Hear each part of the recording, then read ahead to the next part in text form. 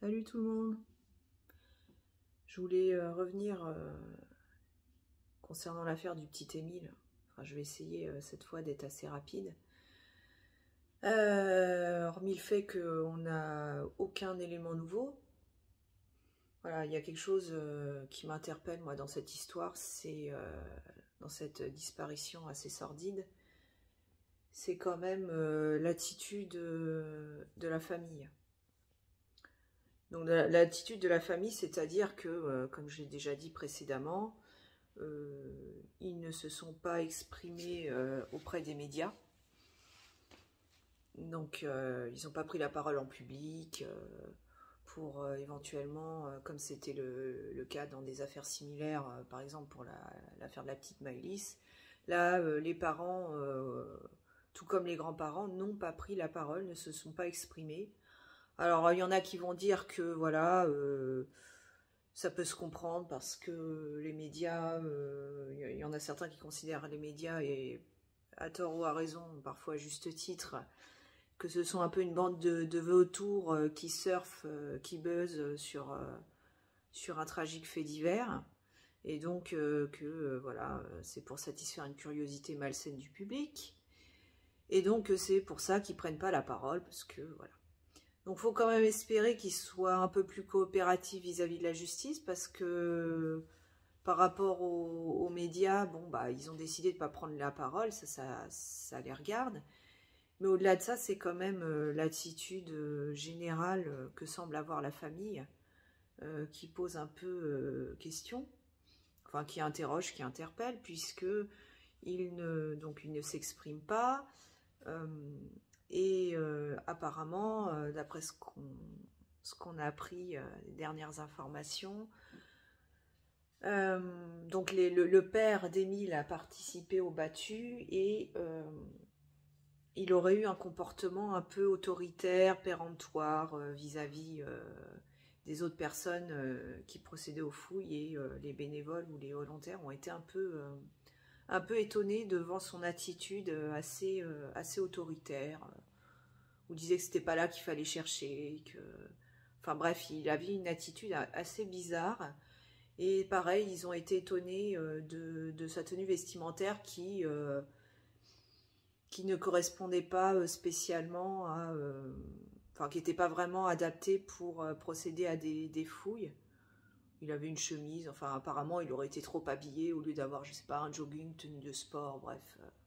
Donc voilà, ça a un peu interpellé les gens, de même que l'attitude du grand-père qui apparemment était, juste après la disparition, il avait une attitude nonchalante. Voilà, il fumait sa pipe, il avait l'air pas tellement concerné, comme si quelque part il savait que ces fouilles ne donneraient rien, ne serviraient à rien. Bon là je m'avance, mais voilà, bon ils ont une attitude, je sais pas, un peu étrange. Maintenant, c'est peut-être leur façon d'être, voilà, mais ouais, c'est pas pour ça qu'ils sont forcément suspects de quoi que ce soit, mais ils ont une attitude qui a interpellé plusieurs personnes autour d'eux. De même que l'attitude assez agressive d'un oncle du petit Émile, donc je pense un des frères de la mère d'Émile, qui a carrément pris à partie un journaliste qui tentait d'interroger une voisine du village, en disant qu'il n'avait rien à faire là et qu'ils n'avaient rien à dire et qu'il fallait qu'il se barre, et il lui aurait arraché son carnet de notes des mains. Bon. Alors après, qu'ils n'aiment pas les médias, ça peut se comprendre, hein. Ils ont peut-être peur de l'effet médiatique. Voilà, c'est une famille très traditionnaliste, catholique, qui n'aime peut-être pas voir des étrangers se mêler de ces affaires. Mais enfin là, en l'occurrence, c'est quand même une disparition d'enfants. Donc, faut espérer qu'ils aient une attitude un minimum coopérative, parce que sinon, il y a de quoi se poser des questions. Et de là à ce que, pour certains, ils deviennent suspects, bon, voilà, il y a pas... Eh ben, on n'en est pas loin de penser ça pour certaines personnes. Et en ce qui concerne l'enquête, ça, on ne sait pas ce qu'il en est, hein, évidemment, pour préserver le secret de l'instruction. Alors après, ce qu'il faut savoir aussi... Donc il y a l'attitude de la famille, ça c'est une chose. Et alors moi, là, ce qui m'a quand même assez interloqué, c'est le dernier témoignage des fameux 2 témoins qui auraient vu le petit Émile donc tout seul dans la rue en train de descendre pour rejoindre potentiellement le bas du village. Donc tout le monde, les gens s'étaient étonnés de savoir pourquoi ces personnes n'étaient pas intervenues. C'est un gamin de 2 ans et demi seulement, donc pratiquement un bébé. Comment ça se fait qu'il le laissait tout seul? Donc ensuite, ils avaient expliqué ça par le fait que les enfants du hameau avaient l'habitude de jouer tout seul dans la rue, que ça posait pas de souci parce que c'était un village tellement sûr et tellement isolé et tout le monde se connaissait qu'il y avait, selon les dires de certaines personnes, aucun risque de tomber sur une mauvaise rencontre, puisque s'il y avait un étranger, tout le monde l'aurait repéré, etc. etc. Bon. Oui, mais enfin là, on parle pas quand même, on parle pas d'un enfant de 8 ans, on parle d'un petit enfant de 2 ans et demi qui vient seulement de commencer à marcher et qui porte des couches, enfin bon, bref. Et alors, ce qui est quand même assez, ce qui interroge, c'est donc on a fini par en savoir un peu plus sur ces fameux 2 témoins. Donc apparemment, donc il y a un adolescent, mais c'est surtout la deuxième personne, donc c'est un homme d'une 60aine d'années qui habite le village. Et donc il explique que en voyant le petit Émile déambuler dans la rue, il s'est pas inquiété plus que ça, parce qu'en fait il avait un chien, donc je crois un bouvier bernois, donc pour ceux qui ne savent pas, c'est vraiment un gros chien, mais très gentil, mais vraiment un chien imposant, avec du poil très long, vraiment un gros chien, quoi, de grosse stature. Et il ne s'était pas inquiété parce que le chien n'avait pas aboyé, d'accord? Et que si le chien n'avait pas aboyé, c'est que il n'y avait pas d'étranger, parce qu'il explique que son chien avait l'habitude d'aboyer lorsqu'il y avait un étranger qui passait. Alors là, j'en suis restée comme de ronds de chapeau. Donc ça veut dire que le chien, alors il a des pouvoirs extraordinaires, il connaît tous les gens du village, alors je sais qu'ils ne sont pas très nombreux, mais enfin quand même, et il est capable de déterminer si telle ou telle personne est étrangère au village ou habite au sein du village.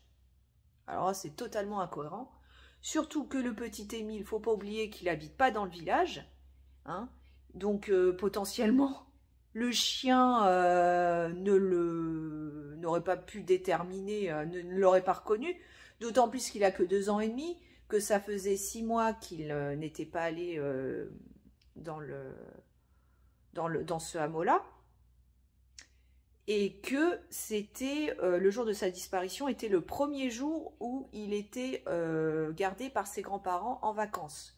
Donc il n'était pas venu les jours précédents. Donc potentiellement le chien ne connaît pas ce petit enfant. Il faut arrêter de délirer. Donc déjà ça ne tient pas debout. Et donc il dit oui voilà, s'il y avait eu un étranger avec le petit Émile, bon mon chien aurait aboyé. Mais alors qu'est-ce qu'il a vu? Est-ce qu'il a vu clairement qu'il était tout seul? Ah, c'est la question qu'on peut se poser. Parce que bon, le chien n'aboie pas. Bon.